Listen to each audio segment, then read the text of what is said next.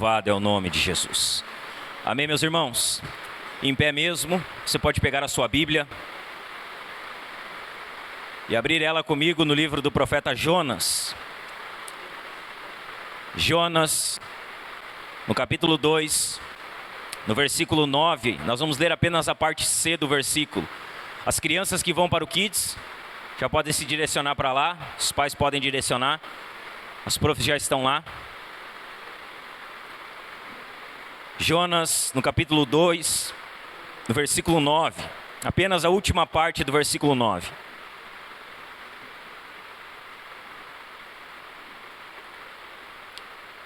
Jonas é depois de Obadias.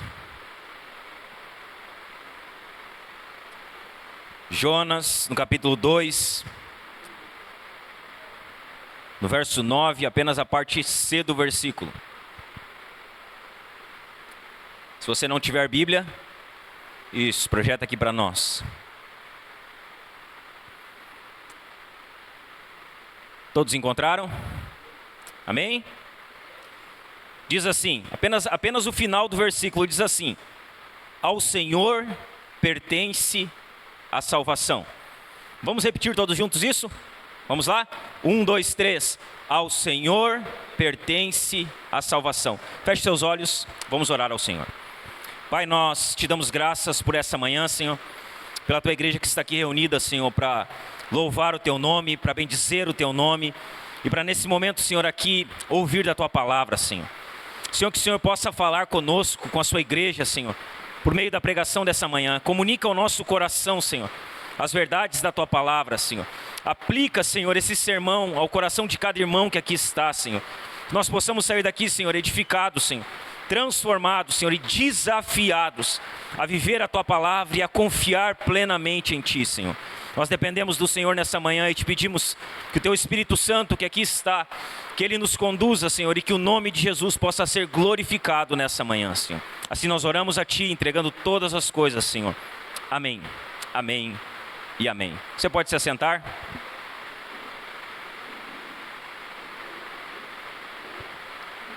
Dá para ouvir tranquilo aí embaixo? Tá bom? Sim?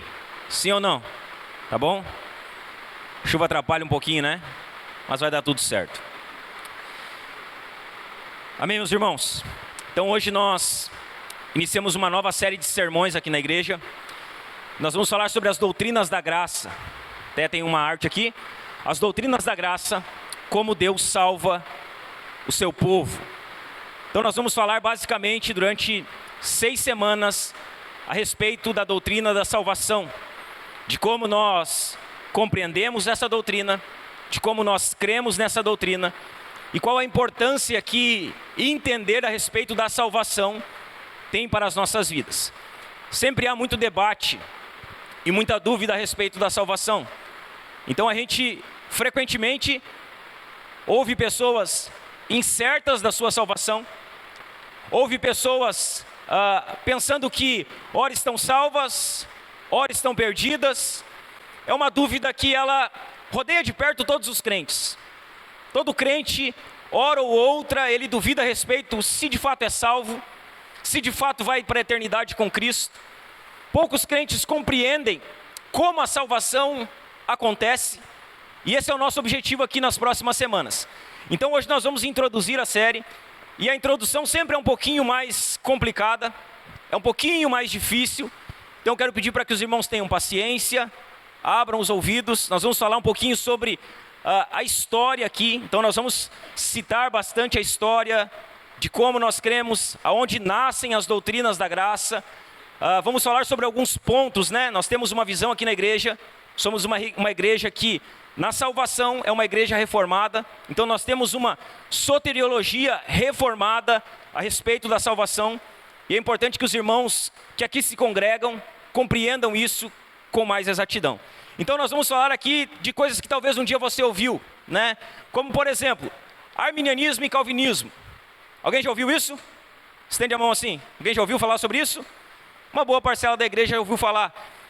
E a maioria das vezes ouve naqueles debates, né? Os caras estão lá debatendo quem está certo, quem está errado, qual que é a visão certa, qual que é a visão errada. É exatamente sobre isso que nós vamos tratar um pouco.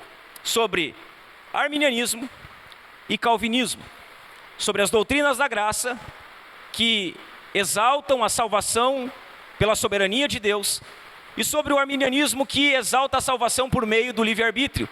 Então nós vamos aprender aqui com essa introdução e depois com mais 5 sermões sobre essas doutrinas. Então peço sua paciência, peço que você abra os seus ouvidos e se atente a tudo que nós vamos falar. Essa expressão, irmãos, as doutrinas da graça, elas resumem ensinamentos bíblicos, 5 pontos. Elas se resumem em 5 pontos, em 5 tópicos, em 5 artigos de fé que falam a respeito da salvação. Pastor, por que é importante entender a salvação? É extremamente importante. Se nós entendermos a salvação de uma maneira errada, a tendência é que nós vivamos errado a partir dessa compreensão. Se nós temos uma compreensão certa da salvação, isso faz com que nós tenhamos a possibilidade de viver de acordo com a vontade de Deus. As doutrinas da graça, elas resumem 5 ensinamentos bíblicos distintos que foram reunidos em resposta a uma teologia que se desenvolveu na Holanda. Então, existia lá na Holanda um homem chamado Calvino e um homem chamado Armínio. E esse homem, Armínio, ele era calvinista no começo da sua vida. Ele estuda com o sucessor de Calvino, Teodoro de Beza, aprende com ele. Só que com o decorrer do tempo, Armínio, ele começa a discordar de tudo aquilo que ele havia aprendido. Ele começa a duvidar dos pontos que Calvino havia estabelecido a respeito da salvação. Jacó Armínio, como falamos aqui, é esse homem. Esse Armínio e os seus seguidores, o que eles enfatizavam? Você vai entender por que isso é importante. Qual que era a ênfase de Armínio e do arminianismo? Livre-arbítrio.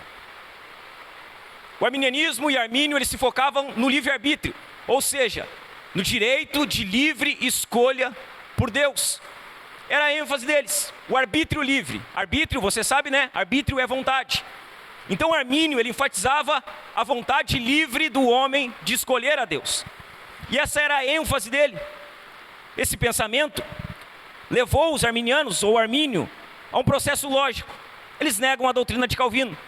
E aí nós vamos ver com o decorrer do tempo que Calvino ele ensina, por exemplo, sobre eleição e predestinação, termos que eles são um pouco incomodativos no meio da igreja. Tem pessoas que não gostam deles, mas Calvino é quem dá essa ênfase de predestinação, de eleição, de Jesus ele não ter morrido, por exemplo, por todos, de Jesus ele ter morrido especificamente pelo seu povo eleito.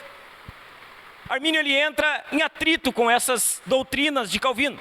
O que acontece? Ele estabelece os seus 5 pontos. Quando ele estabelece seus 5 pontos, os calvinistas, que não eram Calvino, que já era morto, eles convocam um sínodo, que era como se fosse uma assembleia. E nessa assembleia, o que eles fazem? Eles pegam os 5 pontos do arminianismo e eles, biblicamente, criam os 5 pontos do calvinismo. Aquilo que nós chamamos de doutrina da graça. Uma refutação àquilo que Armínio havia criado. Esse sínodo, ele era composto por 89 teólogos e 18 delegados. E ali eles estabelecem aquilo que nós chamamos de tulipe. Por isso que nós temos uma florzinha ali, tá? Não é porque a gente quis deixar delicado a nossa arte. É porque o símbolo dos 5 pontos é uma tulipa, ou tulipe, que no inglês lá vai dizer cada um dos 5 pontos do calvinismo. O sínodo de Dort, então, ele estabelece essa tulipe, ou 5 pontos. Muitas pessoas, talvez você que está aqui, tem receio de falar disso. O pastor vai falar de calvinismo, arminianismo. Tem pessoas que têm receio disso. Tem pessoas que dizem, esse negócio é do diabo, não é de Deus. Tem pessoas que têm receio de falar sobre esses termos. Outros ensinam que isso é do diabo. E tem outras pessoas que, sem saber, elas são calvinistas. Elas pregam o calvinismo, mas elas não sabem o que é calvinismo. Deixa eu dar um exemplo para você. Toda vez que você diz que Deus escolheu alguém, isso é calvinismo. Você sabia? Todas as vezes que você diz, você é um escolhido, você está pregando o calvinismo, sem que você saiba disso, sem que você entenda sobre isso. Há muitas pessoas que falam sobre isso, ensinam sobre isso, creem nesses 5 pontos, mas não sabem o que de fato é isso. Quando falamos de calvinismo, algo que precisa ficar claro aqui, não é Calvino que inventa isso, você sabia? Ele leva o nome, mas ele não é o criador do calvinismo. Tampouco eram características exclusivas do pensamento da Reforma. Calvino não é o inventor do calvinismo, ok? Pastor, aonde está o calvinismo? O calvinismo, ele está presente nos Salmos. Diversas vezes, quando você ler os Salmos, você vai ver que ali está as doutrinas da graça. Pastor, quem criou essas doutrinas? Você vai ver que Jesus ensinou sobre elas. Leia João 6, leia João capítulo 10. Jesus, ele fala sobre essas doutrinas. Quem ensina sobre elas? Paulo. Paulo, ele de certa forma sistematiza isso. Leia a carta de Paulo aos Romanos, prestando bastante atenção nos pontos. Especialmente, se você tiver tempo essa semana na sua casa, leia Romanos 9. E preste atenção em como Paulo escreve a respeito de Romanos 9, sobre vasos da ira, sobre vasos para a glória, sobre pessoas escolhidas, sobre pessoas rejeitadas, sobre um Deus que é soberano e que ninguém pode questionar o que ele faz e o que ele deixa de fazer. O calvinismo, ele é pregado por Paulo, confirmando essas doutrinas em Romanos, em Efésios. Quando vamos para a história, Santo Agostinho, ele defendeu as mesmas verdades contra as negações de Pelágio. Martinho Lutero pregou sobre isso. Ulrico Zwingli, William Tyndale, os puritanos, você já ouviu falar dos puritanos? Os puritanos eram calvinistas, eles pregavam o calvinismo. Os puritanos eram teólogos reformados e por meio de seus ensinamentos, a Inglaterra e a Escócia vivenciaram alguns dos maiores e mais generalizados avivamentos nacionais que o mundo já viu. Todas as vezes, por exemplo, que você estudar sobre os avivamentos na história, sabe o que você encontrará na maioria delas? Um pregador calvinista pregando o evangelho. Quando você ouve falar sobre Jonathan Edwards, aquele homem que prega o sermão Pecadores nas mãos de um Deus irado, ele era calvinista. Quando você ouve falar sobre George Whitefield, que foi um dos maiores evangelistas desse mundo, ele era calvinista. Todas as vezes que você lê uma frase de Charles Haddon Spurgeon, ele era calvinista. Hernandes Dias Lopes, conhecido nos nossos dias, calvinista. Augustus Nicodemos, que muitos de nós compartilham seus vídeos curtos, as suas frases, calvinista. O calvinismo, ele está espalhado por toda a história. Os puritanos como Richard Sibbes, John Owen, John Bunyan, aquele do Peregrino, sabe o que escreve o Peregrino? Matthew Henry, Thomas Boston e muitos outros. Nos Estados Unidos, milhares foram influenciados por Jonathan Edwards, por George Whitefield, que eram calvinistas. Então, ainda que tem pessoas que rejeitem esse ensinamento, que pensem que isso é algo do diabo, quando nós olhamos para a Escritura, quando nós olhamos para a história, quando nós olhamos para os grandes avivamentos, ali está um pregador que crê na soberania de Deus para a salvação. Porque é isso que o calvinismo ensina, que Deus é soberano para salvar o seu povo. Que Deus, ele tem soberania na salvação dos seus eleitos. As doutrinas conhecidas como calvinismo, elas não surgiram há pouco na história da igreja. Pelo contrário, as suas origens remontam aos ensinamentos de Jesus. Elas são preservadas ao longo das diversas fases vividas pela igreja e sempre caracterizando em seus maiores períodos de fé e expansão. Então o que nós vamos ver aqui hoje? Basicamente, uma introdução para que você entenda. 3 questões, 3 verdades sobre as doutrinas da graça que precisam ser compreendidas. É apenas, vamos lançar o fundamento e a partir do domingo que vem nós vamos tratar de forma específica sobre cada um dos 5 pontos. Mas hoje, a cabo de introdução, há 3 verdades aqui que nós precisamos compreender. A primeira delas, as doutrinas da graça foram uma resposta à posição arminiana da salvação. O que precisa ficar claro? Que as doutrinas da graça são uma resposta à doutrina arminiana da salvação. O Sínodo de Dort cria isso. As doutrinas da graça, os 5 pontos do calvinismo, foram desenvolvidos em resposta a Jacó Armínio, que estudou em Genebra, tendo por professor Teodoro de Beza, sucessor de Calvino, que se tornou professor de teologia na Universidade de Leiden. Ou seja, Armínio era teólogo, se torna professor de teologia e de certa forma ele era discípulo de Calvino. Ele lecionava lá. Em 1910, Um ano após a morte de Armínio, seus seguidores, eles elaboram 5 artigos de fé que resumiam a sua compreensão da salvação. Um ponto importante aqui, quando nós falamos de calvinismo, Calvino não é quem cria o calvinismo e nem Armínio é quem cria o arminianismo. Eles apenas levam o nome. Quem cria o calvinismo e o arminianismo são os seus sucessores, os seus discípulos. Assim foi com Armínio. Os arminianos, como vieram a ser chamados, apresentaram essas doutrinas ao Estado da Holanda, na forma de um protesto ou remonstrância, pedindo que as confissões de fé holandesa fossem alteradas para se adequarem à sua visão. Ok? Entendido até aqui? Armínio, discípulo do calvinismo, ele entra em contradição com os pontos do calvinismo. Os seus discípulos elaboram 5 artigos de fé e eles exigem que a Holanda, que era um estado religioso, eles colocassem esses 5 pontos como lei dentro da Holanda. Quais eram os 5 pontos do arminianismo? Vamos lá? Passo a passo. 5 pontos do arminianismo. O primeiro deles, os arminianos, eles creem na depravação total. Ou seja, eles creem que o homem é totalmente corrompido e que sem a graça de Deus, sem a graça divina, o homem jamais vai crer. O homem jamais ele vai ter uma boa ação. Então, o primeiro ponto, depravação total. Esse é o único ponto que as duas vertentes concordam. Tanto arminianos quanto calvinistas, eles creem na depravação total. Eles creem que a partir da queda de Adão, o pecado ele afetou toda a humanidade e que sem a graça de Deus, ninguém jamais vai crer. Segundo ponto, e aqui começa alguns problemas. Segundo ponto, eleição condicional. Ou seja, os arminianos, eles também creem na eleição. Só que a eleição que eles creem é uma eleição condicional. O que isso significa? Significa que Deus elege ou reprova com base na fé, ou falta de fé prevista, que é aquilo que nós chamamos de presciência. O arminianismo crê na eleição por presciência. Deus ele vê na linha do tempo quem vai crer. E porque ele vê quem vai crer, então ele escolhe essas pessoas com base na fé prevista. É um equívoco, né? Podemos dizer que é um equívoco que nós vamos ver no decorrer da série, que a presciência é um equívoco, porque se Deus está vendo, no decorrer da linha do tempo que as pessoas vão crer, quem fez essas pessoas crerem, se não foi o próprio Deus? Isso aponta para alguém mais poderoso e mais soberano que o Senhor.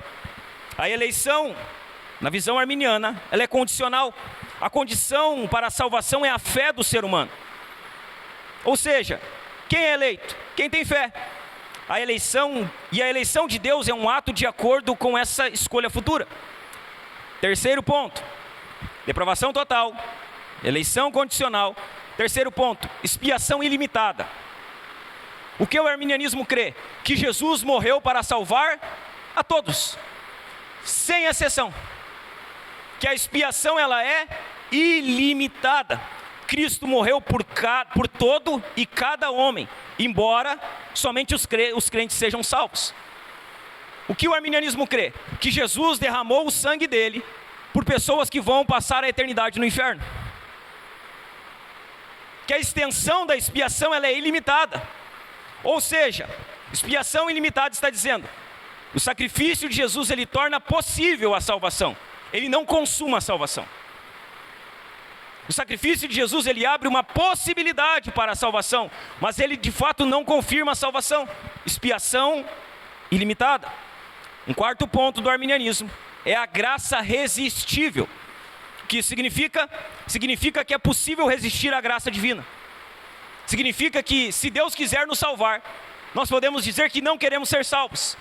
Nós podemos resistir à graça. Graça resistível significa que se Deus nos chama, nós podemos dizer não para Ele. Ou seja, o nosso arbítrio supostamente livre é mais poderoso que a vontade soberana de Deus quando Deus nos chama. Graça resistível. Resistir à graça divina, resistir ao chamado de Deus. Graça resistível está dizendo assim, Deus respeita o seu livre-arbítrio. Ele respeita a sua vontade. E um quinto ponto do arminianismo, a possibilidade da perda da salvação. Então, o arminianismo, nesse ponto aqui, eles não se definem. Eles não conseguem nem afirmar que um salvo pode perder a salvação, e nem afirmar que um salvo jamais perderá a salvação. O quinto ponto é um ponto aberto. Um quinto ponto é um ponto que não há consenso dentro da própria visão. No centro da posição arminiana, resiste a insistência em que a soberania divina precisa, de algum modo, ser acomodada à capacidade humana. Eles tentam acomodar essas duas coisas. Eleição e reprovação não são decretos. Ou seja, Deus ele não determinou essas coisas. Eleição e reprovação se fundamentam em escolhas humanas. A eficácia da expiação não está somente na obra salvífica de Cristo, mas também na fé e no arrependimento do pecador. Embora seja atraente e até persuasivo, a graça de Deus ela não é suficientemente poderosa para triunfar sobre aqueles que resistem teimosamente ao seu amor. E se um cristão perseverará ou não até o fim, é uma questão aberta, porque em última análise, a perseverança depende do cristão e não de Cristo. Ou seja, os 5 pontos do arminianismo, eles tiram Deus do centro da salvação e eles colocam o homem dentro do centro da salvação. Quando alguém é salvo no arminianismo, não é salvo exclusivamente porque Deus quis, é salvo porque creu, é salvo porque usou do livre-arbítrio, é salvo porque ele se arrependeu dos seus pecados, é salvo porque ele se voltou para Cristo. O arminianismo, ele não exalta a Deus soberanamente na salvação. O arminianismo, por exemplo, ele não cumpre o texto de Jonas 2,9, que ao Senhor pertence a salvação, que ao Senhor e exclusivamente ao Senhor. Para o arminiano, a salvação se dá por meio dos esforços combinados de Deus. Ou seja, Deus toma a iniciativa e o homem, ele precisa responder. Mas o que determina se alguém é salvo não é a iniciativa de Deus, é a resposta do homem. Quem determina se alguém é salvo não é Deus, o soberano, mas o homem, na sua resposta de querer ou não a Jesus. Ou seja, se prega que se necessita uma resposta, e de fato necessita. Precisamos responder ao chamado? Com certeza, não somos robôs. Precisamos crer em Cristo? Com certeza, somos seres humanos. Mas a pergunta que fica para nós, desde a primeira mensagem é: por que alguns creem e outros não creem? Por que alguns vão e outros não vão? Por que alguns dizem sim e outros dizem não? Por que alguns supostamente usam o seu suposto livre-arbítrio para crer em Cristo, e outros supostamente usam o seu livre-arbítrio para negar a Cristo? No arminianismo, Deus proporcionou a salvação para todos, mas ela é concedida de modo eficaz somente àqueles que, por seu livre-arbítrio, eles escolhem cooperar, eles escolhem se entregar, eles escolhem aceitar a oferta de graça. Deixa eu perguntar para você, isso soa comum para você? Você já ouviu isso algumas vezes? De que você é salvo porque você creu, de que você é salvo porque você decidiu crer em Jesus. Você é um daqueles que diz mais ou menos assim: o dia em que eu encontrei Jesus, a minha vida mudou. O dia em que eu aceitei a Jesus, de fato, as coisas mudaram na minha vida. Essas coisas soam familiares para você? O fato de que você é salvo porque você creu, que você é salvo porque você escolheu, de que você está aqui nessa manhã, não porque Cristo quis salvar você, mas porque você, no seu livre-arbítrio, você decidiu dizer um sim para Jesus. Ou seja, Jesus estava lá implorando para você: me aceite, creia em mim, se dobre a mim. E você, como uma bondosa alma viva desse mundo, você disse: sim, Jesus, eu te aceito. Sim, Jesus, eu vou usar o meu livre-arbítrio para crer em ti. Sim, Jesus, eu vou aceitar o seu convite para ser salvo. Essas coisas soam familiares para você? Você já ouviu sobre isso? Que a salvação, ela depende da sua escolha e não do querer primário de Deus. Que no final das contas não importa se Deus quer te salvar, importa se você quer ser salvo. Que no final das contas não importa se você quer ir para o céu ou para o inferno, que o que importa é a sua decisão. Essas coisas, elas soam comuns para você? Veja bem, meus irmãos, no ponto crucial, a vontade do homem, ela desempenha um papel decisivo assim. É o homem e não Deus que determina que receberá o dom da salvação. Como funciona o arminianismo? No papel principal não está Deus. No papel principal está o homem. E o homem determina se ele vai para a eternidade ou se ele vai para o tormento eterno. Para o arminianismo, a tomada de decisão humana ocupa um lugar central na salvação. O homem está no centro. O homem decide o seu futuro. O homem decide a sua eternidade. Sabe de onde isso resulta? Isso resulta em uma teologia que não se centra exclusivamente em Deus, mas que ela é distorcida na direção do eu. O arminianismo coloca o homem no centro da decisão da salvação e não o Deus soberano. Ele coloca o homem no centro da escolha e não o Deus soberano. O arminianismo, ele fornece um evangelho que confere um papel determinante à escolha pessoal. O arminianismo, ele enfatiza a centralidade do homem dentro desses 5 pontos. Qual é a resposta aos 5 pontos do arminianismo? As doutrinas da graça, elas respondem isso. O arminianismo, ele exalta o homem, centraliza o homem, coloca a salvação na mão dos homens. O que as doutrinas da graça fazem? As doutrinas da graça exaltam a soberania de Deus na salvação. Deus é exaltado. No sistema de salvação calvinista das doutrinas da graça, Deus é colocado no centro. O Senhor é exaltado. O Senhor é adorado. O Senhor, ele é glorificado. As doutrinas da graça, e esse é o nosso segundo ponto, elas exaltam a soberania de Deus na salvação. As doutrinas da graça, ou 5 pontos do calvinismo, eles insistem em algo. Eles insistem que a salvação é pela graça. E ela não é pela graça só no começo. Ela é pela graça do começo ao fim. O Deus que salva é o Deus que mantém salvo e é o Deus que glorifica no final. A salvação é pela graça do início ao fim. A salvação é um dom. Efésios 2:8.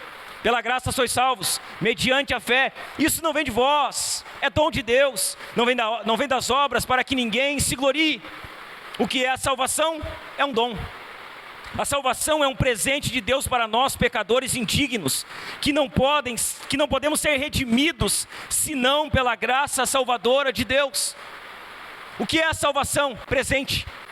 Quando nós somos salvos, sabe o que nós ganhamos? Um presente. E sabe o que nos dá esse presente? Não os nossos méritos. Deixa eu dizer algo para você. Ninguém que está aqui merecia estar aqui. Nenhum de nós. Ninguém que vai para a eternidade merece a eternidade. Não, é que aquela pessoa foi uma pessoa boa, ela vai para o céu. Pessoas boas não vão para o céu, irmãos. As pessoas que vão para o céu são pessoas alcançadas pela graça, redimidas pela graça, justificadas pelo sacrifício de Jesus. São pessoas que colocaram a sua fé no Deus que é soberano. A salvação é pela graça do início ao fim. Deixa eu falar para você, obras não te salvam. Não, é que eu estou ajudando as pessoas. As obras não nos justificam diante do Senhor. As obras não nos levam para a eternidade. É pela graça que somos salvos. É mediante a fé. Não vem de nós. É dom, é dádiva. É presente de Deus para pecadores indignos. É presente de Deus para pessoas que não mereciam a sua graça salvadora. Os cânones de Dort, os calvinistas, eles respondem às doutrinas arminianas da salvação por meio de outros 5 pontos. Então os arminianos fundamentam 5 pontos.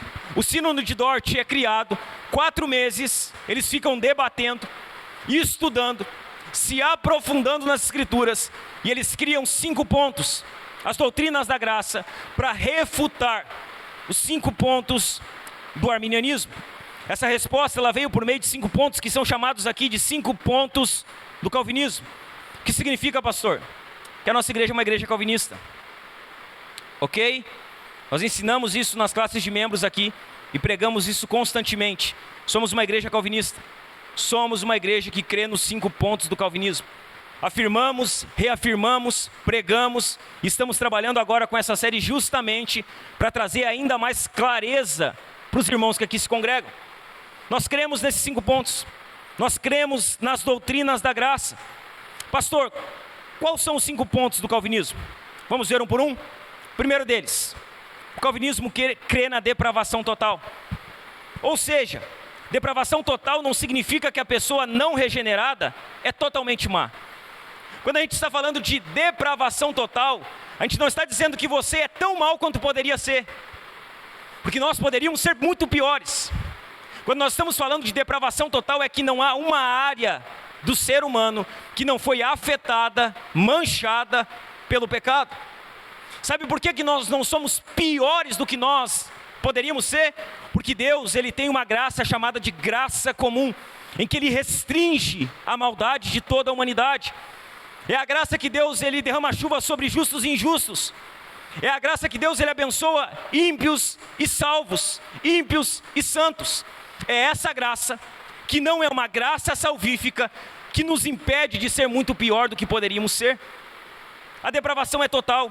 Isso não significa que somos tão maus quanto poderíamos ser. Em vez disso, ela ensina que nenhum dos atos dessa pessoa é em qualquer instância inteiramente bom. O pecado, ele permeou cada parte de nossa constituição física, mental e emocional, de modo que nada permanece intocado por ele. Nada. Todas as nossas faculdades. Muitas vezes, irmãos, nós estamos fazendo coisas boas com a motivação errada. Muitas vezes nós estamos fazendo a coisa certa com a inclinação errada do coração. Sabe o que isso ensina? Ensina que o nosso coração ainda é um coração depravado. Que ainda que a graça se estendeu sobre as nossas vidas, muitas das coisas que fazemos podem ser certas com a motivação errada. Isso é resultado da depravação. Nossos motivos nunca são inteiramente puros. Portanto, todas as nossas ações são corrompidas por desejos maus em alguma extensão. Essa corrupção invade todos os aspectos do nosso ser, de maneira que nada que somos ou fazemos é completamente livre do pecado. Nada. E essa é a nossa luta constante. Nós estamos constantemente lutando contra o pecado. Estamos constantemente lutando contra as inclinações da carne. Tentamos fazer a coisa certa, como Paulo diz em Romanos 7, mas fazemos a coisa errada. O bem que queremos fazer, não conseguimos. E o mal que não queremos fazer, muitas vezes fazemos. Isso é resultado do pecado que ainda habita em nós, do pecado que ainda está no nosso corpo mortal. Vamos falar mais para frente. Mas quando nós cremos em Cristo, nós fomos salvos da condenação do pecado. Ou seja, não há mais condenação para nós, mas o pecado ainda está em nós. O pecado ainda permanece em nós. E porque ele ainda permanece em nós, muitas das coisas que fazemos são manchadas e marcadas por ele. Nesse estado triste e totalmente pecaminoso, nós não nos sentimos inclinados a buscar a Deus. Veja bem, a depravação, ela deixa claro que ninguém busca a Deus por conta própria. Ninguém. E sabe por que ninguém busca Deus por conta própria? Porque Efésios 2, versículo 1, vai dizer que nós estávamos mortos em delitos e pecados. Nós estávamos mortos espiritualmente. Um morto espiritual, ele não faz nada. Ele não tem reação para nada. Ele não tem condição de nada. Ele está morto. Um morto não faz nada, ele apenas fica deitado. E essa era a nossa condição. O pecado nos alcançou de tal maneira que nós não queríamos a Deus. Nós não desejávamos a Deus. Nós não buscamos a Deus por conta própria, irmãos. Essa corrupção invade todos os aspectos do nosso ser. Nenhum de nós está inclinado a buscar a Deus. E, portanto, não podemos buscá-lo ou até mesmo responder ao Evangelho quando este nos é apresentado. Em nosso estado não regenerado, totalmente depravado, nós não temos livre-arbítrio. Preste atenção nisso aqui. No nosso estado de morte espiritual, nós não temos livre-arbítrio no tocante a crer em Deus ou a receber Jesus Cristo como Salvador. Quando nós falamos que o arbítrio não é livre, estamos falando de arbítrio para a salvação. Nenhum de nós escolhe livremente a Deus sem influência primária de Deus. Nenhum de nós vai primeiramente a Deus sem que Deus venha antes a nós. Isso quer dizer que não temos livre-arbítrio para a salvação. mas temos livre-arbítrio para escolher a roupa que usamos, para escolher a comida que vamos comer, para escolher o lugar que vamos ir. Para isso, a vontade é livre, para Deus jamais. Para Deus, a nossa vontade, o nosso arbítrio está morto. Ele está contaminado pelo pecado. De fato, tal é a nossa escravidão ao pecado, que somos incapazes de entender a nossa necessidade de Cristo, até que Deus primeiro nos conceda entendimento espiritual. Até mesmo a fé, ela vem a nós como uma dádiva, porque a nossa depravação nos torna impotentes para cooperar com a graça salvífica de Deus, enquanto a obra regeneradora do Espírito Santo não acontece. Deixa eu clarear isso para você com um texto bíblico apenas, só para a gente embasar esse primeiro ponto. Um texto bíblico que deixa claro que a depravação é total. Romanos capítulo 3, dos versos 10 a 12, Paulo diz assim: como está escrito, não há um justo, nenhum sequer, não há quem entenda. Preste atenção nisso aqui, não há quem busque a Deus. Não há quem busque a Deus. Todos se desviaram e juntamente se tornaram inúteis. Não há quem faça o bem, não há nenhum sequer. Não existe ninguém no seu estado de depravação que busca a Deus fazendo uso do seu livre-arbítrio. Todos pecaram, todos estão destituídos da glória de Deus. Não há ninguém que faça o bem, não há ninguém que busque a Deus. Paulo diz, olha, são todos inúteis. Sabe quem éramos nós antes da graça se estender às nossas vidas? Inúteis. Não servíamos para nada, não tínhamos utilidade alguma. A depravação era tal sobre as nossas vidas, que ainda que Deus estivesse na nossa frente, nós o rejeitaríamos por nossa livre escolha. Depravação total, morte espiritual. A depravação total, ela leva ao segundo ponto. Se a depravação é total, ninguém consegue escolher a Deus por conta própria. Isso nos leva ao segundo ponto, que é a eleição incondicional. Se nós não escolhemos a Deus, se nós estamos mortos em delitos e pecados, somente Deus pode nos salvar. Somente Deus pode salvar pecadores. Se a condição da raça humana é tão má quanto a doutrina bíblica da depravação atesta, a salvação precisa originar-se em Deus. Se estamos mortos em delitos e pecados, como podemos ser salvos? Somente se Deus desejar nos salvar. Somente se Deus vier até nós. Somente se Cristo nos encontrar. A salvação precisa ser uma obra do Deus triuno, Deus Pai, Deus Filho, Deus Espírito Santo. Ela é realizada e aplicada por Ele sem qualquer ajuda nossa. Abra os ouvidos aqui, sem qualquer ajuda nossa. Ninguém ajuda a Deus a ser salvo. Não, eu estou ajudando na minha salvação. Eu estou ajudando aqui para ser salvo. Ninguém ajuda a Deus. É Deus que nos salva. Ele aplica essa salvação sem qualquer ajuda da nossa parte. Considerando que nós nunca o buscaremos, Ele terá de se achegar a nós, irmãos. Ele terá de vir até nós. Ele terá de vir e nos salvar. Se nós somos salvos somente porque Cristo veio até nós. Porque Deus tomou a iniciativa. Porque Ele se achegou até nós. E olhe para mim, é isso que Deus faz. É isso que Ele fez. Sabe por que nós estamos aqui? Porque Cristo veio ao nosso encontro. Porque Ele estendeu a graça sobre nós. João capítulo 15, verso 16. Não foste vós que escolheste a mim, fui eu que escolhi a vós outros. Ele veio a nós, Ele nos encontrou. Nós não achamos Jesus. Jesus não estava perdido, nós estávamos perdidos. Nós estávamos condenados, mas Ele nos encontrou, Ele nos resgatou, Ele estendeu graça, irmãos. Ele nos tirou da condição vã que vivíamos. Ele nos escolheu, Ele estendeu a sua graça. É isso que Ele faz.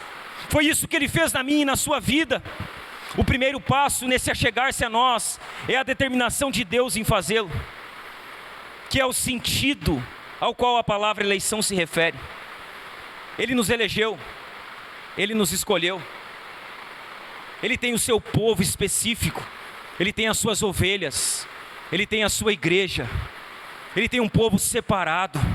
Isso significa que o que acontece na salvação de uma pessoa é determinado pela decisão anterior de Deus, que estabeleceu os decretos da salvação em Cristo antes da fundação do mundo. Sabe por que pessoas são salvas? Porque antes da fundação do mundo, Deus decretou que salvaria pessoas. A salvação não acontece depois que Cristo, Ele vem ao mundo. Cristo, Ele só consuma a obra da salvação na cruz. Deus já tinha o seu povo eleito antes que tudo existisse. Efésios capítulo 1, verso 4 diz assim: antes da fundação do mundo, Deus nos escolheu nele para sermos santos e irrepreensíveis diante dele. O texto vai continuar dizendo aqui, eu não vou ler: em amor nos predestinou. As pessoas dizem: olha, essa doutrina da eleição é do diabo, esse negócio de predestinação é do diabo. Só que a Bíblia está dizendo que em amor Deus nos predestinou. Está dizendo que porque Deus amou pessoas, Ele escolheu pessoas. Porque Deus é um Deus de amor, Ele separa um povo exclusivo. Ele tem os seus eleitos, aqueles que Ele escolheu desde antes da fundação do mundo. Deus não escolheu você depois que você veio para a igreja. Deus não escolheu você depois que você virou evangélico. Sabe por que você veio para a igreja? Porque Ele já havia escolhido você. Sabe por que você crê? Porque Ele já tinha escolhido você. Sabe por que você continua caminhando com Jesus? Porque antes que todas as coisas existissem, Ele escolheu você na eternidade passada. Ele chamou você, escolheu você, antes que tudo existisse. Incondicional aqui, eleição incondicional. Incondicional indica que essa decisão é tomada independente de qualquer coisa que Deus possa prever a respeito da criatura pecaminosa. Não é presciência, não é por aquilo que Deus Ele pode prever. Se a eleição fosse fundamentada em qualquer coisa que o pecador pudesse ou não fazer, em última análise, a salvação dependeria do mérito humano, dependeria de nós. Mas para provar que a salvação é inteiramente pela graça, a eleição é um ato de amor da vontade soberana de Deus. Deixa eu repetir algo para você aqui. Sabe por que você tem fé em Cristo? Por causa da eleição. Sabe por que você creu em Cristo? Sabe por que você creu em Cristo? Porque Deus te escolheu na eternidade passada. Veja bem, a fé não é o motivo da sua salvação. Você não é salvo porque tem fé. Na verdade, você só tem fé porque você foi escolhido. Deus não escolheu você porque Ele viu: olha, fulano de tal lá tem fé, vou escolher ele. Na verdade é o contrário. Porque Deus escolheu você na eternidade passada. Ele deu o dom da fé, o dom do arrependimento para a sua vida. Ele deu condições para que você cresce de fato nele. A fé, ela não é o fundamento da salvação, da eleição, mas a causa dela, irmãos. Terceiro ponto: depravação total, expiação, eleição incondicional. Terceiro ponto, e esse aqui talvez é o pior de todos, o de mais difícil compreensão: expiação limitada. Então o arminianismo diz que a expiação ela é ilimitada. Jesus morreu para salvar a todos. E aí eles vão pegar todos os textos da Bíblia que diz que Deus amou o mundo, que Deus quer que todos sejam salvos, que Deus Ele deseja a salvação de todos. E eles dirão que Jesus morreu para salvar a todos. A pergunta é: quem são os todos? Todos são todas as pessoas? Deus Ele quer salvar o mundo e Ele deu Jesus para salvar o mundo. E esse mundo é cada uma das pessoas que existe no mundo. Se Jesus morreu por todos, por que todos não são salvos? Se Jesus derramou o seu sangue por todos, por que todos não são redimidos pelo seu sangue? Se nós crermos que a expiação ela é incondicional, nós vamos ter que aceitar que o sacrifício de Jesus não foi suficiente, porque tem pessoas pelas quais Ele morreu que vão ser condenadas. Tem pessoas pelas quais Ele derramou o seu sangue que elas não crerão jamais. Se nós cremos que a expiação ela é limitada e que Jesus de fato morreu por todos, então a obra de Cristo na cruz não foi uma obra perfeita. Ela não teve a capacidade de salvar a todas as pessoas. Das 5 doutrinas resumidas, a mais difícil de entender e aceitar é essa aqui.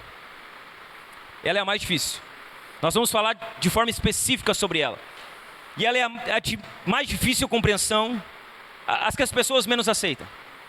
Mas assim, não, Jesus morreu por todos. Jesus, ele quer salvar a todos. E todos não são salvos por causa do livre-arbítrio. Você vê que se você aceitar que Jesus morreu por todos, você vai ter que cair dentro do arminianismo. E crer que Deus não é soberano na salvação.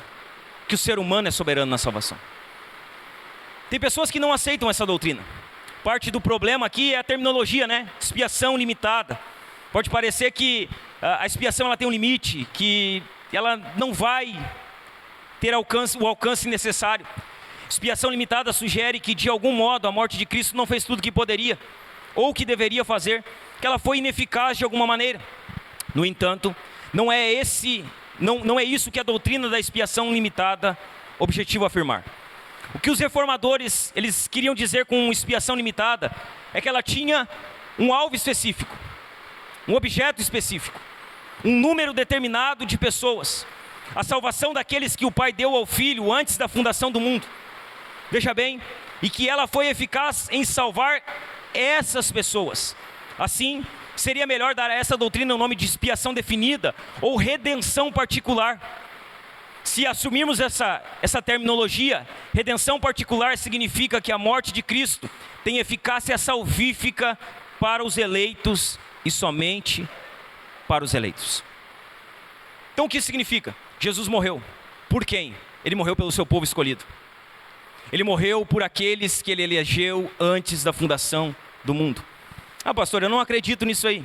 Ok, você tem direito de não acreditar. Mas o que a Bíblia diz? O que a Bíblia fala sobre isso? Vamos ler um texto?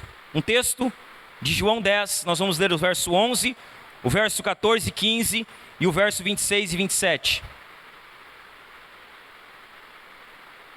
João 10. No verso 11 diz assim, preste atenção, como Jesus está falando. Ele diz, eu sou o bom pastor. E aí ele vai falar por quem ele deu a vida. Eu sou o bom pastor dá a vida pelas ovelhas. Veja bem, não está dizendo que o bom pastor dá a vida por todos. Está dizendo que o bom pastor, ele sacrifica a sua vida por um tipo específico de pessoas. As ovelhas. Versos 14 e 15, Jesus continua dizendo, eu sou o bom pastor, conheço as minhas ovelhas, e elas me conhecem, assim como o Pai me conhece, e eu conheço o Pai. Ele vai repetir de novo, e dou a minha vida pelas ovelhas. Ou seja, está falando que ele entregou a sua vida por um tipo de pessoa específica, as ovelhas. Tá, pastor, ok. Mas mesmo assim eu não aceito. Agora vamos para os versos 26 e 27. Aí Jesus ele está falando aqui com os fariseus. E olha o que ele vai dizer. Preste atenção. Ele vai dizer a ele. Por que eles não criam em Jesus? Mas vocês não creem, porque não são das minhas ovelhas. Vocês não creem porque não são das minhas ovelhas. As minhas ovelhas ouvem a minha voz. Eu as conheço. Elas me seguem. Por que eles não criam? Porque eles não eram das ovelhas de Jesus. Eles não eram aqueles pelos quais Jesus havia derramado o seu sangue. Efésios 5 vai dizer que Jesus, ele amou a igreja e se entregou por ela.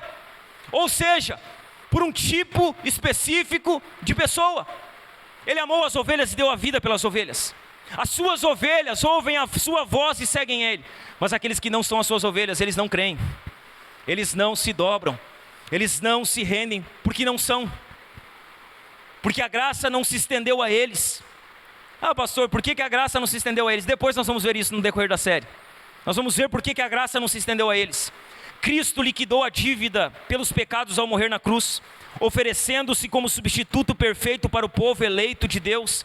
Portanto, segundo o plano de salvação, a morte de Cristo expiou os pecados dos eleitos, mas não os pecados daqueles que nunca se achegarão a Ele com fé. Quarto ponto do calvinismo, graça irresistível. O arminianismo crê que a graça pode ser resistida.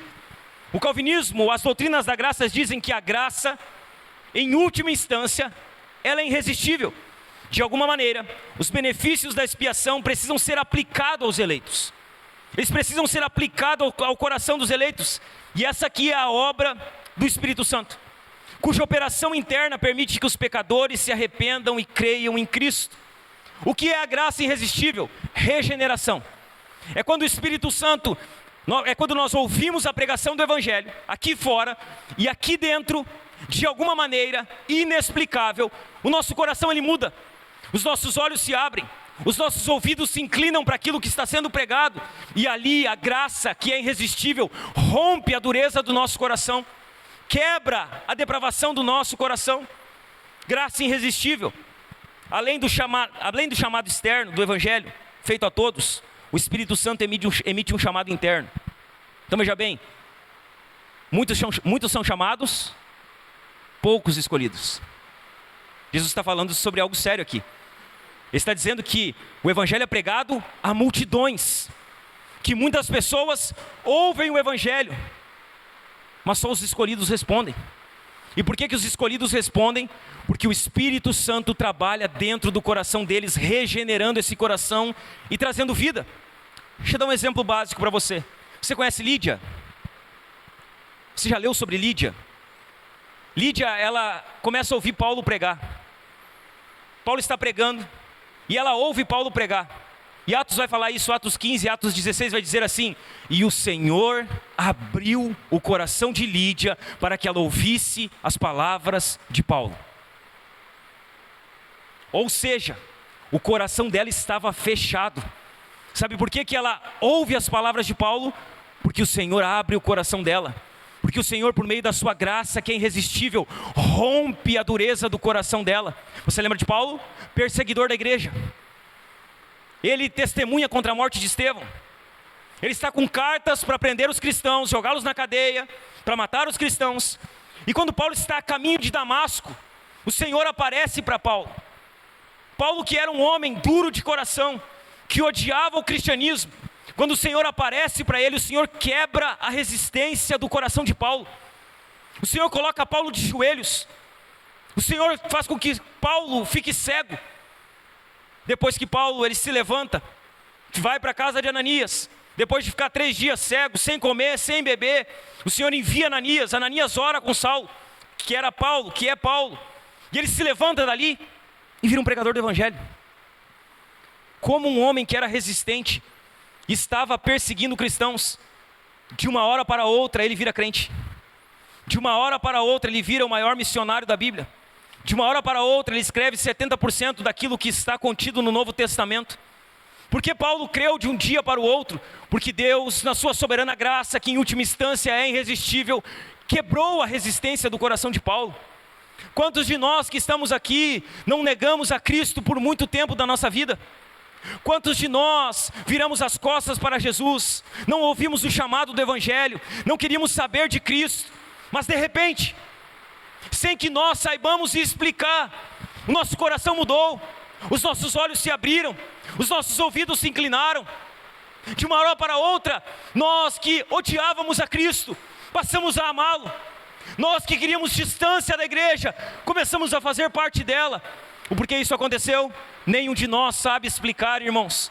Nenhum de nós sabe dizer o porquê que isso acontece. Mas a teologia vai nos ensinar que é a graça de Deus que é irresistível, rompendo a dureza do nosso coração.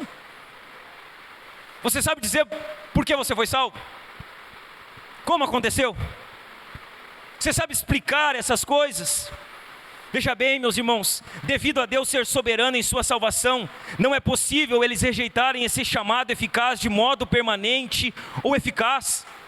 A graça de Deus é irresistível e invencível, pois o Espírito Santo nunca deixa de cumprir o seu propósito salvífico na mente, no coração e na vontade do povo escolhido. Veja o que Jesus vai dizer em João 6,44. Ele diz assim: ninguém pode vir a mim se o Pai que me enviou não o trouxer. Ninguém vem. E sabe por que pessoas vêm? Porque o Pai traz, porque o Pai dá, porque a graça se estende.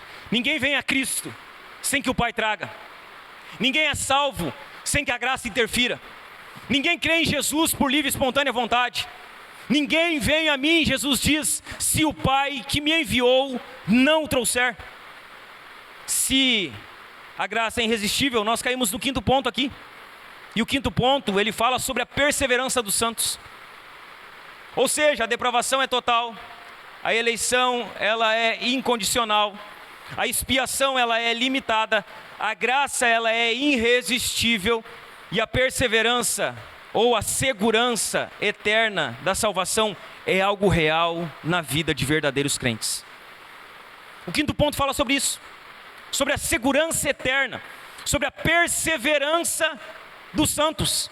Às vezes essa doutrina é chamada de doutrina da segurança eterna. Ela tem duas partes, que Deus persevera com o seu povo, e que devido a Deus perseverar com o seu povo, este também persevera. Os santos aqui são simplesmente o povo de Deus, aqueles que Deus considera santos por meio da obra de seu Filho. A perseverança dos santos é realmente a preservação dos santos, pois a sua perseverança depende da graça perseverante de Deus. Ouça isso aqui, é a fidelidade de Cristo, não a fidelidade do cristão, o que leva os santos à glória. O que a perseverança dos santos ensina? Que alguém que foi eleito, de fato, que alguém que foi alvo da graça, que alguém que foi alvo da expiação, esse alguém é alguém que jamais se perderá. Vamos falar o termo simples. Se você foi salvo por Jesus, um dia na sua vida, você está seguro da sua salvação eternamente. Ou seja, alguém que de fato foi salvo, não perde a sua salvação, se essa salvação não foi conquistada pelos seus méritos, mas pelos méritos de Cristo. Segurança eterna, perseverança. Não, mas é que hoje eu estou salvo, amanhã não estou mais. Você já viu que tem crente que ele acorda às 7 horas salvo, 7h30 ele está no inferno, 8 horas ele está no céu, 8h30 ele está no inferno, 9 horas ele está no céu. Ele não tem segurança da sua salvação. E sabe por que ele não tem segurança? Olhe, sabe por que ele não tem segurança? Porque essa salvação não está em Cristo. Essa salvação está nas suas obras. Essa salvação está no que ele faz. Então quando ele peca, ele acha que o pecado leva ele diretamente para o inferno, e ele está no inferno. Então ele se arrepende, porque ele se arrepende, ele acha que vai ser salvo.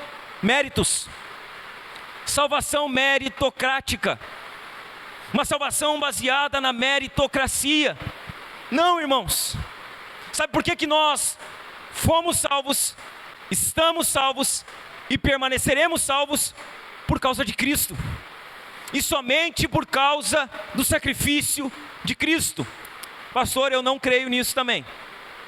Eu conheço pessoas que vieram para a igreja, que congregaram, que serviram, que pregaram e que se desviaram. Eu também conheço Judas. Ele fez tudo isso. Eu conheço um outro, Demas, fez tudo isso. Significa que se alguém veio para a igreja, pregou, serviu, congregou, esse alguém é salvo? Não, porque um salvo, ele vai perseverar até o fim. Se ele caminhou por um tempo, se desviou e permaneceu desviado, sabe o que a Bíblia diz? A Bíblia diz que ele nunca foi. A Bíblia diz que a graça nunca se estendeu a ele. A Bíblia diz que se ele não deu fruto, ele não é. Não, mas eu conheço pessoas, pastor, se elas foram eleitas, a certeza que nós temos é que elas não se perderão eternamente. Elas podem cair, claro que podem. Ao filho pródigo, ele sai da casa do pai, mas porque ele tinha um pai e porque ele era filho, um dia ele ouve, ele entende, olha, isso aqui não é o meu lugar, preciso voltar para lá, para a casa do meu pai. Os salvos caem, pastor, caem. Os salvos pecam, pastor, pecam. O que acontece com os salvos é que quando eles caem, eles não permanecem caídos. É que quando eles pecam, eles não permanecem na prática do pecado. A mesma graça que levou eles à salvação é a graça que, se precisar, vai arrastar eles de volta pelo cabelo até os pés da cruz, para que eles se arrependam diante de Jesus. Perseverança. Ainda assim você não crê? Então deixa eu ler um texto aqui para você. João, capítulo 10, dos versos 27 e 29. Preste atenção. Diz assim: as minhas ovelhas ouvem a minha voz, eu as conheço e elas me seguem. Olha isso aqui, eu lhes dou a vida eterna. Quem tem a vida eterna? As ovelhas. Eu lhes dou a vida eterna. Só que olha isso aqui, jamais perecerão. Isso aqui é uma afirmação. Isso aqui não é uma suposição. Jesus não está dizendo assim, talvez elas perecerão. Talvez elas se desviem e se percam. Jesus está dizendo, elas me seguem, eu lhes dou a vida eterna, jamais perecerão. E aí ele segue, e ninguém as arrebatará da minha mão. Ou seja, ninguém tira uma ovelha da mão de Jesus. Ninguém. Aquilo que o meu Pai me deu é maior do que tudo, e da mão do Pai ninguém pode arrebatar. Ninguém tira da minha mão. E sabe por que ninguém tira da minha mão? Porque a mão do Pai está sobre a minha mão. Elas jamais perecerão. Eu dou a vida eterna para elas. Eu sou a segurança de que se elas creram em mim um dia, eu vou guardar elas até o último dia.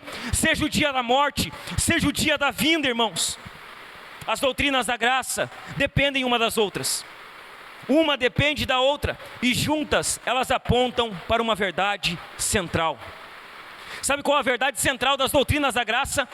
É que a salvação ocorre inteiramente pela graça. É pela graça, porque ela pertence inteiramente a Deus. É Deus que salva, é Deus que mantém, e é Deus que vai glorificar no último dia. Veja bem, meus irmãos, por ser inteiramente de Deus, por ser inteiramente pela graça, a salvação ela é inteiramente para a glória de Deus, inteiramente para a sua glória. Sempre se lembre da seguinte consideração: se estamos realmente mortos, estávamos, isso é fato. Se estávamos realmente mortos, somente Deus poderia nos escolher em Cristo. Somente Ele, somente Cristo poderia expiar os nossos pecados. E somente Ele, e somente o Espírito Santo poderia nos levar a Cristo por meio da regeneração e nos guardar perseverantes nele até o fim. A salvação, meus irmãos, é uma obra divina, do Deus triuno, do Deus Pai, do Deus Filho, do Deus Espírito Santo. E ela é uma obra de Deus do início ao fim. Por isso, e exatamente por isso, todo louvor e glória pertencem somente a Deus na salvação. Romanos 11:36 vai dizer assim: porque dele, e por meio dele, e para ele são todas as coisas. A ele seja a glória para sempre. Amém. Tudo é para a glória de Deus. Deus é aquele que nos salva, que nos mantém, é aquele que nos capacita a permanecer firmes até o fim. Há uma terceira e última verdade aqui, irmãos, a respeito das doutrinas da graça. Sabe o que elas fazem? As doutrinas da graça destroem o falso evangelho. Por que é tão importante pregar sobre as doutrinas da graça, ensinar sobre as doutrinas da graça, exaltar a soberania de Deus na salvação? Porque essas doutrinas destroem os falsos evangelhos. Nós temos que concordar com algo aqui. Nós vivemos um tempo difícil na igreja, irmãos. Não vivemos os melhores dias da igreja. Os púlpitos estão vazios. Não há mais evangelho. A grande verdade é que poucas pessoas sabem distinguir o que é evangelho de um falso evangelho. Nós não vivemos os melhores dias da igreja. Uma teologia fraca tem sido disseminada. Uma teologia rala. Muitos crentes vivem as suas vidas de modo descuidado. O conhecimento tem se tornado algo cada vez mais raso. A adoração irreverente, e muitos crentes têm vivido de modo imoral. A igreja, meus irmãos, em boa parte, ela tem buscado a sabedoria do mundo. Ela tem seguido a agenda do mundo. E ela tem adotado os métodos do mundo. A igreja, ela se adequou ao mundo. As músicas que ela canta hoje não são para exaltar a Cristo, mas são para agradar as pessoas que estão sentadas ali. O sermão não é mais para a glória de Cristo, mas é para o bem dos homens. O ambiente do culto não é um ambiente de igreja, mas é um ambiente confortável, como se fosse uma bela sala de estar.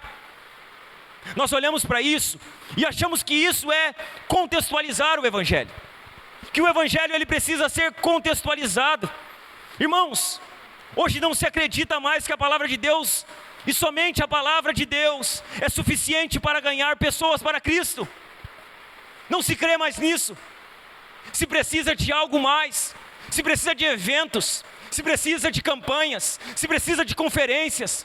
Não se crê mais que uma Bíblia aberta num domingo, diante de pessoas, com o Evangelho sendo pregado seja suficiente. Precisa de algo mais, precisa de mais pompa, precisa de coisas mais atrativas, espúrias. Veja bem, meus irmãos, não se acredita mais que a palavra de Deus é suficiente para promover crescimento espiritual. Não se acredita mais que a palavra de Deus é suficiente para trazer orientação prática. Não se acredita mais que a palavra de Deus é suficiente para transformar a sociedade. Sabe o que nós vemos hoje? Entretenimento. E entretenimento.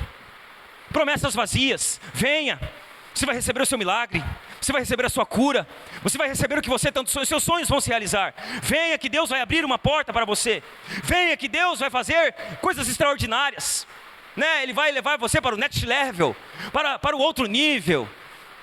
Se muda a linguagem, se dá uma pitadinha de inglês. Venha para que você suba de nível, o next level. Você vai provar de um domingo extraordinário.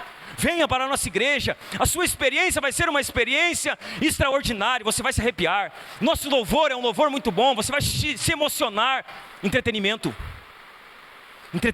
meus irmãos. Promessas vazias de sinais e maravilhas. Sabe o que se busca hoje? Atrair os consumidores. O que o público-alvo quer, vamos dar para eles. O que eles querem um pregador diferente. Eles não querem um pregador chato todo domingo, pregando Bíblia para eles. Eles querem que venha um outro pregador. Eles querem uma banda, vamos trazer uma banda diferente. O que eles querem? Não, eles querem que esteja algo que todas as igrejas têm. As igrejas têm se moldado para satisfazer os desejos dos consumidores, para dar a eles o que eles querem. Entretenimento, meus irmãos. Coisas prontas que prometam atrair consumidores religiosos, elas têm tomado o lugar das escrituras. Veja bem, é entediante para muito crente ficar 1h20 ouvindo uma pregação de sermão. Eles não gostam. Eles queriam 15 minutos de palavra e 60 minutos de louvor. Isso é culto. Um culto em que nós cantamos muito e ouvimos pouca pregação. Como diz Augusto Nicodemos, nunca vivemos em uma geração que canta tanto sobre Jesus, mas que não conhece o Jesus das Escrituras. Não conhece o Evangelho. Não conhece a palavra de Deus. As mensagens estão vazias de doutrinas duras. Veja bem, não se fala mais sobre a ira de Deus nos púlpitos. Não se fala mais que Deus ele vai despejar a sua ira no dia do juízo. Não se fala mais que teremos que prestar contas diante dele. Não fale da ira. A ira de Deus, ela afugenta as pessoas. Fale do amor de Deus. Fale da bondade de Deus. Fale de um Deus que dá aquilo que as pessoas buscam. Mensagens vazias. Um evangelho antropocêntrico. Um evangelho vazio de verdades bíblicas. Um evangelho que esvazia a cruz de Cristo, meus irmãos. As mensagens estão vazias. Elas estão carregadas de ensino sobre autoajuda. O que você precisa? 7 passos para você viver melhor. 5 passos para você ser alguém feliz. 3 passos para você ser uma pessoa bem-sucedida. Autoajuda. Desenvolvimento pessoal. O Evangelho tem se tornado um caminho para a realização pessoal. O pragmatismo, ele tem tomado conta dos púlpitos, irmãos. Sabe o que se busca fazer? O que dá certo. O que nós vamos fazer para encher a nossa igreja local? O que dá certo? Não, isso aqui está dando certo na igreja lá, aquela igreja está cheia, então vamos copiar. Vamos fazer o que eles estão fazendo lá. Se dá certo lá, vai dar certo aqui. Se enche lá, vai encher aqui. Pode parecer legal, isso é pragmatismo. Isso é trabalhar de acordo com a circunstância. Isso é não crer que o Evangelho é o poder de Deus para a salvação de todo aquele que crê.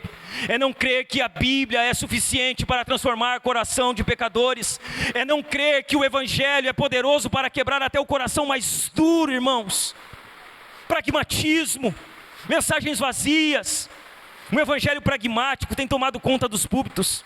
Aquilo que dá certo tem roubado e substituído o verdadeiro Evangelho. Nesse anseio por ver uma igreja crescendo, tem feito com que a teologia seja um assunto não muito bem-vindo. Veja bem, estamos aqui falando de história, de teologia, e talvez você está aí dizendo, eu não vim aqui para ouvir falar de Armínio e de Calvino, eu não vim aqui para ouvir falar sobre esse negócio de debate de internet. É exatamente por isso que a igreja está rasa. Ela não quer ouvir sobre teologia, ela não quer ouvir sobre doutrinas bíblicas, ela quer vir receber um passe e ir para casa, ela quer vir aqui receber uma mão na cabeça e voltar para viver a sua semana, vazio de doutrinas bíblicas, vazio de teologia. Não fale de teologia, pastor, fale da Bíblia. Eu não sou de Armínio nem de Calvino, eu sou de Jesus. Para com isso, irmão. Veja bem, é que nem, me desculpe aqui se tem alguém, tá? Não me leve a mal, mas dizer assim, eu não sou de Calvino e nem de Armínio, eu sou de Jesus, é a mesma coisa que dizer assim, eu não sou de direita nem de esquerda. Todo mundo que diz que não é de direita e de esquerda é de esquerda, e todo mundo que diz que não é de Armínio nem de Calvino é de Armínio. Todos. Essa é a realidade, irmãos. Só que nós temos medo de assumir, irmãos, dizer não, nós cremos nisso, nós cremos que Deus é soberano na salvação, nós cremos que fora de Deus não há salvação e que ninguém é salvo por conta própria. Não se fala mais sobre teologia, esses assuntos não são bem-vindos. Pastor, não fale de teologia, vamos cantar. Termina o culto rápido aqui para a gente cantar mais 5 músicas e ir para casa alegres. Sabe o que tem determinado, irmãos, o conteúdo do sermão? O público. Quem é o público? Para quem eu vou pregar hoje? Eu vou cuidar para não pregar sobre isso, porque talvez esses irmãos não vão gostar. O público e não a Bíblia tem determinado o teor e o conteúdo do sermão. A busca pela prosperidade financeira tem forçado pastores e igrejas a descobrirem o que funciona, para manter a máquina girando. Veja bem, meus irmãos, se nós mantemos a máquina girando, não estamos dependendo de Cristo. Quem mantém a igreja é Cristo.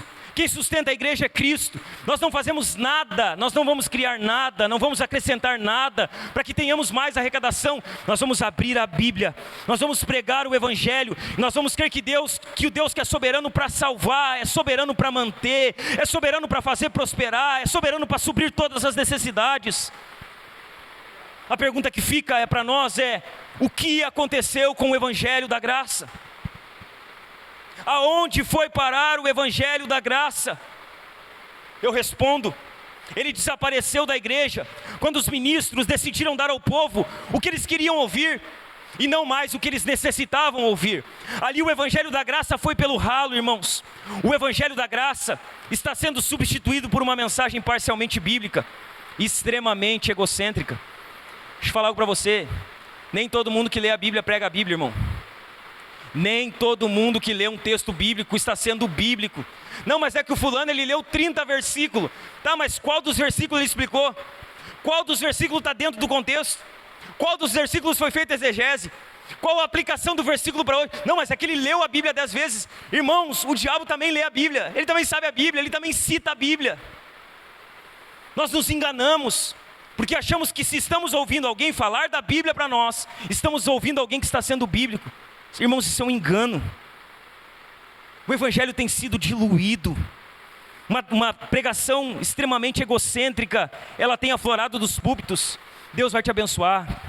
Você é o centro do coração de Jesus.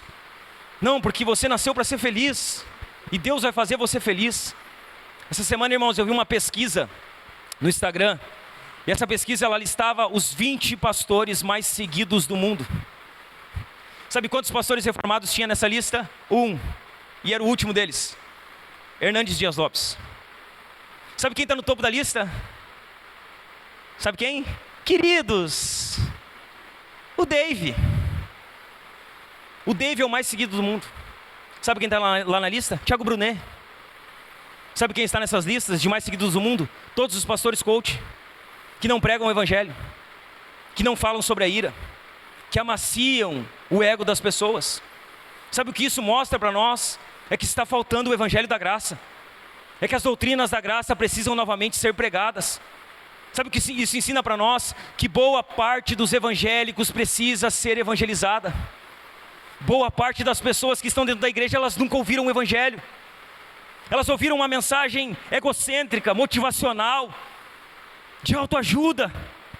Veja bem, irmãos, o Evangelho da graça está cada dia menos conhecido. Ele precisa ser recuperado. O Evangelho que não se preocupa primeiramente com os resultados, porque os resultados eles vão vir. O trabalho de um pregador é dizer: Senhor, eu estou pregando a tua palavra. Eu planto, o outro rega, mas quem faz crescer é o Senhor. Nós vamos pregar, nós vamos ficar regando, mas nós sabemos que quem vai fazer crescer é Jesus, irmãos. Nós precisamos confiar que o Evangelho é o poder de Deus. As doutrinas da graça estabelecem um fundamento mais sólido e proporcionam a motivação mais duradoura para a proclamação mais eficaz do Evangelho. Eu quero encerrar esses 3 pontos aqui, falando um pouquinho, rapidamente, de Charles Spurgeon. Charles Spurgeon foi talvez um dos maiores pregadores que existiu nesse mundo. Ele é considerado o príncipe dos pregadores. Um homem de obras extensas, vastas. Um homem de uma sabedoria incrível. Charles Spurgeon, creio que todos nós, em algum momento, vimos algo sobre ele. Ele era um calvinista. E ele era um defensor ferrenho das doutrinas da graça. Um dos exemplos mais brilhantes de uma evangelização correta como fruto do calvinismo foi Charles Spurgeon, que viveu no século XIX. Spurgeon foi um dos maiores evangelistas que a Inglaterra e o mundo já tiveram. Ele foi também um defensor ferrenho das doutrinas da graça. Olha o que ele escreve a respeito das doutrinas da graça. Ele diz o seguinte: tenho minha própria opinião particular de que não existe coisa igual a pregar a Cristo e sua crucificação, a menos que preguemos o que hoje é denominado calvinismo. Ele está dizendo: olha, pregar a Cristo e Cristo crucificado é impossível sem pregar o calvinismo. Não há essa possibilidade. Chamar de calvinismo, preste atenção aqui, chamar de calvinismo é simplesmente usar um apelido, pois o calvinismo é o Evangelho e nada mais. Quando nós estamos falando de calvinismo, é um termo usado, é um apelido para aquilo que é o verdadeiro Evangelho. É um apelido para aquilo que se chama Evangelho. Não acredito que possamos pregar o Evangelho, a não ser que preguemos a soberania de Deus em sua dispensação de graça, a não ser que exaltemos o amor eletivo, inalterável, eterno, imutável e conquistador de Javé. Penso que tampouco podemos pregar o Evangelho, a menos que os fundamentos na redenção especial e particular do seu povo eleito e escolhido que Cristo efetuou na cruz. Nem posso compreender o Evangelho, que permite que santos caiam após serem chamados. O que ele está dizendo aqui? Que o calvinismo, que as doutrinas da graça, que nós vamos percorrer elas nas próximas 5 semanas, elas nos mostram o que é o Evangelho. Qual é a essência do verdadeiro Evangelho e do porquê nós precisamos das doutrinas da graça. Elas destroem o falso Evangelho. Todo falso mestre, ele não suporta ouvir sobre essas coisas. As doutrinas da graça destroem o falso Evangelho e elas preservam o Evangelho da graça. Aqui eu concluo, meus irmãos. Cada uma dessas 5 doutrinas, sabe o que elas fazem? Elas tiram o foco daquilo que os seres humanos são capazes de realizar. Elas tiram. Sabe o que os 5 pontos fazem? Eles fazem assim, ó: a salvação não depende de você, ela depende somente de Deus. Elas tiram o foco de nós. Elas lançam o foco para Cristo. Elas lançam o mérito para Cristo. Elas deixam claro que nós, seres humanos, somos incapazes de nos salvar por conta própria. Essas 5 doutrinas, elas reafirmam aquilo que Jonas diz: ao Senhor pertence a salvação.